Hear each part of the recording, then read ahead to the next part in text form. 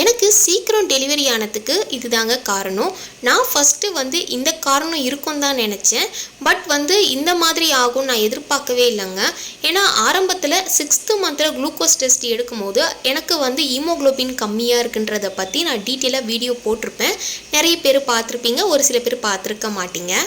Haemoglobin கம்மியாக இருந்ததுன்னா கண்டிப்பாக ஆப்ரேஷன் பண்ணுற மாதிரி ஆகிடும். பிளட் லெவல் ரொம்ப கம்மியாக இருக்குன்ற மாதிரி சொன்னாங்க.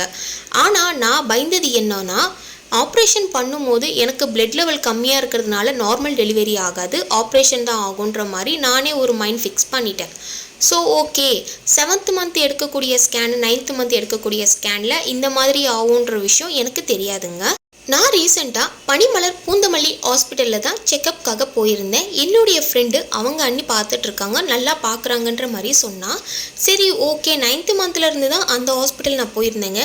பட் நான் வந்து கஷ்டப்பட்டது என்னென்னா, அந்த ஹாஸ்பிட்டலில் முன்னாடியே நான் போயிருக்கலாமேன்ற மாதிரி நான் யோசித்தேன். அந்த அளவுக்கு வந்து செக்கப் எல்லாமே நல்லா இருக்குங்க. ஒரு சில பேர் வந்து ஹாஸ்பிட்டலை பற்றின ரிவ்யூ போடுங்கன்னு சொல்லியிருக்கீங்க. ஸோ டைமே இல்லைங்க, பாப்பா வந்து பார்த்துக்கிறதுக்கே கரெக்டாக இருக்குது. இதெல்லாம் முன்னாடி எடுத்த வீடியோன்றதுனால ஓரளவுக்கு என்னால் பேசி போட முடிஞ்சிருந்து. இப்போது நீங்கள் கேட்ட வீடியோ கண்டிப்பாக நான் எடுத்து போடுறேங்க, கொஞ்சம் மட்டும் டைம் கொடுங்க. எனக்கு 6th மந்த்லேருந்து ஹீமோக்ளோபின் ப்ராப்ளம் இருந்துச்சு. ஸோ பிளட் லெவல் ரொம்ப கம்மியாக இருக்குன்றதுனால நான் ஆப்ரேஷன் ஆகிடுமோன்னு சொல்லி ரொம்ப பயந்துகிட்டே இருந்தேன். பிளட் லெவல் ரொம்ப கம்மியாக இருக்கிறதுனால ப்ரெக்னென்சி டைம்லேயே நான் ரொம்ப அப்படியே ஒயிட்டான மாதிரி எனக்கு தெரிஞ்சுது. ஆரம்பத்தில் இருந்த கலரை விட ரொம்ப வந்து பளிச்சுன்னு ரொம்ப ஒயிட்டாகவே இருந்தேன். ஸோ அப்போவே அவங்க என்ன சொன்னாங்கன்னா, வெளுத்த பொம்மை மாதிரி இருக்கிறமா, பிளட் லெவல் ரொம்ப கம்மியாக இருக்குது. எனக்கு தெரிஞ்ச நர்ஸ் தான் அவங்க. ஸோ அவங்க தான் சொன்னாங்க, பிளட்டை வந்து ஏற்றணும், சுவரொட்டி சாப்பிடு, ஸோ முருங்கைக்கீரை சாப்பிட்ணும், அந்த மாதிரிலாம் சொன்னாங்க. அவங்க சொன்னதை கரெக்டாக நான் ஃபாலோ பண்ணிட்டு தாங்க இருந்தேன். இப்போது நான் வந்து ரீசெண்டாக பயந்த விஷயம் என்னென்னா, 9th மந்தில் பாப்பா டெலிவரி ஆகிறதுக்கு 2 டேஸ்க்கு முன்னாடி தான் ரொம்ப ஹெவியாக நான் பயப்பட ஆரம்பிச்சிட்டேன். என்ன ரீசன்னா, எனக்கு 7th மந்தில் எடுத்த ஸ்கேனில் வந்து பனிக்கூட நீர் வந்து அதிகமாக தான் இருந்துச்சு. 9th மந்தில் அதை விட ஒரு 2% மட்டும் கம்மியாக இருந்துச்சு. சரி ஓகே, நமக்கு நீர் பிரச்சனையில் எந்த ப்ராப்ளமும் கிடையாதுன்ற மாதிரி நான் நினச்சிட்டேன். 7th மந்த் எடுத்த ஸ்கேனில் 14.3 சென்டிமீட்டர் இருந்துச்சுங்க பனிக்குட நீர். அதுவே வந்து 9th மந்தில் எடுத்த ஸ்கேனில் பார்த்தீங்கன்னா 12.7 கிட்ட தான் இருந்துச்சு. டக்குன்னு வந்து 2 சென்டிமீட்டர் தண்ணி வந்து கம்மியாயிடுச்சுங்க. ஆனால் நான் இப்போ ரீசெண்டாக பாப்பா டெலிவரி ஆகிறதுக்கு ஒரு 2 டேஸ்க்கு முன்னாடி ஒரு ஸ்கேன் எடுக்க சொல்லியிருந்தாங்க, வாட்டர் லெவல் செக் பண்ணணும்னு சொன்னாங்க. ஆனால் அவங்க என்ன சொன்னாங்கன்னா, 9th மந்த் போய் ஒரு ஸ்கேன் எடுத்துகிட்டு வாங்கன்னு சொன்னாங்க. ஒரு 2 வீக்ஸ்க்கு முன்னாடியே போய் நான் ஸ்கேன் எடுத்துகிட்டு வந்துட்டேன்.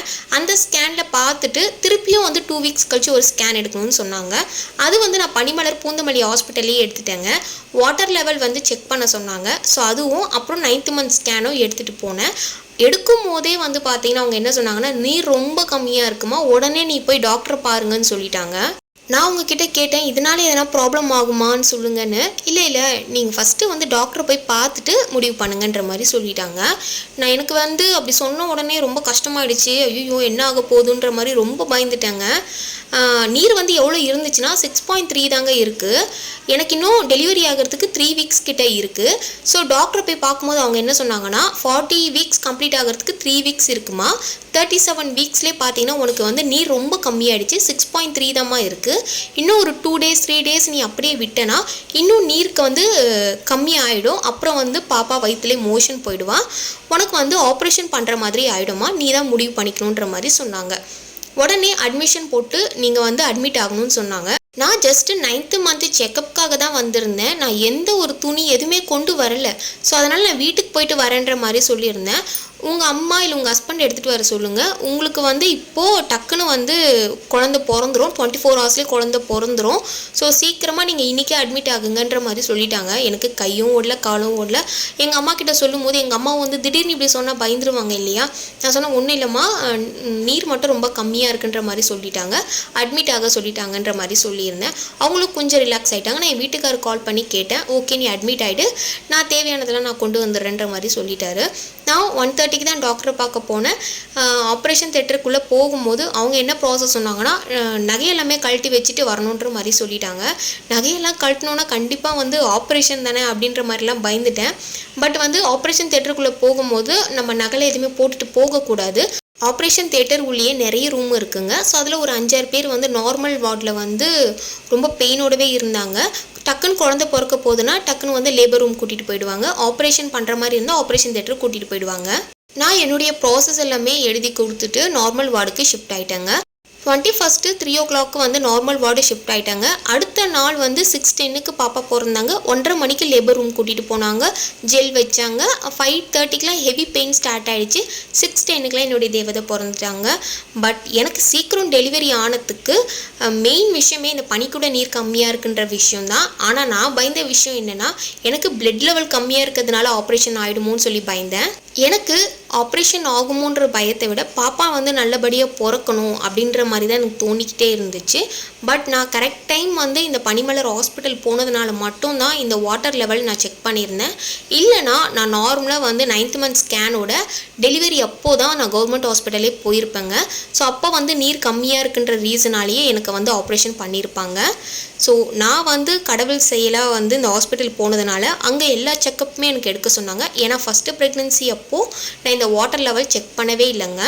செகண்ட் ப்ரெக்னென்சி அப்போது 37 வீக்ஸ்லேயே எனக்கு நீர் கம்மியாகுன்றதை நான் நினச்சி கூட பார்க்கல. ஏன்னா ஃபஸ்ட்டு ப்ரெக்னென்சி எனக்கு நேச்சுரல் பெயின் தான். அப்போ நான் இந்த வாட்டர் லெவல்லாம் செக் பண்ணல. 9th month ஸ்கேனு எடுத்துட்டேன். ஸோ லாஸ்ட்டாக வந்து கொரோனா டைம்ன்றதுனால எங்கள் வீட்டு பக்கத்தில் இருக்கக்கூடிய ஆரம்ப சுகாதார மையத்துக்கே நான் போயிட்டேன். ஸோ அப்போ வந்து பாப்பா தலை வந்து திரும்பி இருக்கா இல்லை எந்த பொசிஷனில் இருக்குன்னு தெரியல, நீங்கள் போய் ஒரு ஸ்கேன் மட்டும் எடுத்துகிட்டு வாங்கன்னு சொன்னாங்க. அதை போய் எடுத்துகிட்டு பார்த்தா பாப்பாவோட தலை கீழே இறங்கிடுச்சு. உடனே வந்து ஹாஸ்பிட்டல் போங்கன்ற மாதிரி சொல்லிட்டாங்க. பட் நான் 35 வீக்ஸ் 37 வீக்ஸ்லலாம் வந்து பார்த்தீங்கன்னா இந்த மாதிரி வாட்டர் லெவல் செக் பண்ணக்கூடிய இந்த ஸ்கேன் நான் எடுக்கவே இல்லைங்க. இந்த ப்ரெக்னென்சி அப்போ எடுக்கும் போது தான் எனக்கு தெரிஞ்சுது பனிக்கூட நீர் கம்மியாக இருக்குன்ற விஷயமே.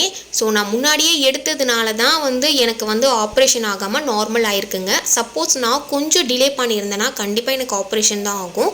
ஏன்னா நிறைய பேர் வந்து எனக்கு இதுதான் சொன்னாங்க. நான் ஹாஸ்பிட்டலில் பாப்பா பிறந்ததுக்கப்புறமா என்னுடைய நர்ஸ்க்கும் நான் கால் பண்ணி சொல்லியிருந்தேன். அவங்க என்ன சொன்னாங்கன்னா, ரொம்ப நீர் கம்மியாயிடுச்சுன்னா கண்டிப்பாக ஆப்ரேஷன் தான் ஆயிருக்கும். பட்டு உனக்கு கடவுள் செயலாக வந்து நார்மல் ஆகிடுச்சு, சந்தோஷப்பட்டுக்கோ அப்படின்ற மாதிரி சொன்னாங்க.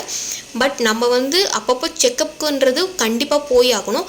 9th monthலேருந்து விடாமல் நீங்கள் ஒவ்வொரு வாரமும் செக்கப் போகிறது தாங்க நல்லது ப்ரெக்னென்சியாக இருக்கவங்க. கண்டிப்பாக நீங்கள் வந்து 37 வீக்ஸ் 38 வீக்ஸ் 39 வீக்ஸ்க்குள்ளவே இந்த வாட்டர் லெவல் செக் பண்ணிக்கோங்க. ஸோ அது ரொம்ப ரொம்ப இம்பார்ட்டன்ட்ங்க. ஸோ வாட்டர் லெவல் ரொம்ப கம்மியாக இருந்துச்சுன்னா வாட்டர் லெவலில் இன்க்ரீஸ் ஆகக்கூடிய ஃபுட்டு, அப்புறம் வந்து ட்ரிப்ஸ் இந்த மாதிரிலாம் ஹாஸ்பிட்டலில் எனக்கு கொடுத்தாங்க. பட் சில பேருக்கு வந்து 6th month 7th monthலாம் water level கம்மியாக இருக்குது. அப்போது வாட்டர் லெவல் கம்மியாக இருந்துச்சுன்னா அட்மிட் ஆகி trips, tablet, water level increase பண்ணக்கூடிய டேப்லெட்லாம் கொடுப்பாங்க. ஸோ அப்போது ஒரு 3 days 4 days கிட்ட வார்டில் ஷிஃப்ட் பண்ணி டேப்லெட்லாம் கொடுப்பாங்க. ஸோ இந்த வாட்டர் லெவல் ரொம்ப ரொம்ப இம்பார்ட்டன்ட்ங்க. கண்டிப்பாக வந்து இது ஸ்கேனில் நீங்கள் கம்மியாக இருந்துச்சுன்னா உடனே டாக்டரை போய் பாருங்கள். நான் எதுக்காக இந்த வீடியோவை உங்கள் கூட ஷேர் பண்ணிக்கிறேன்னா, எனக்கு நடந்த விஷயம். ஒரு சில பேர் வந்து கேர்லெஸ்ஸாக வந்து இருந்துருவாங்க.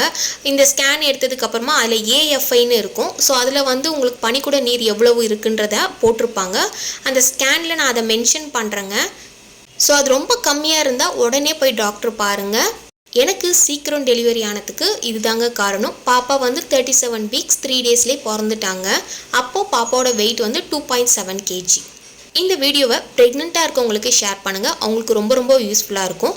இந்த மாதிரியான வீடியோவை தெரிஞ்சுக்க நம்ம சேனலை சப்ஸ்கிரைப் பண்ணுங்கள், எனக்கு சப்போர்ட் பண்ணுங்கள். தேங்க்யூ.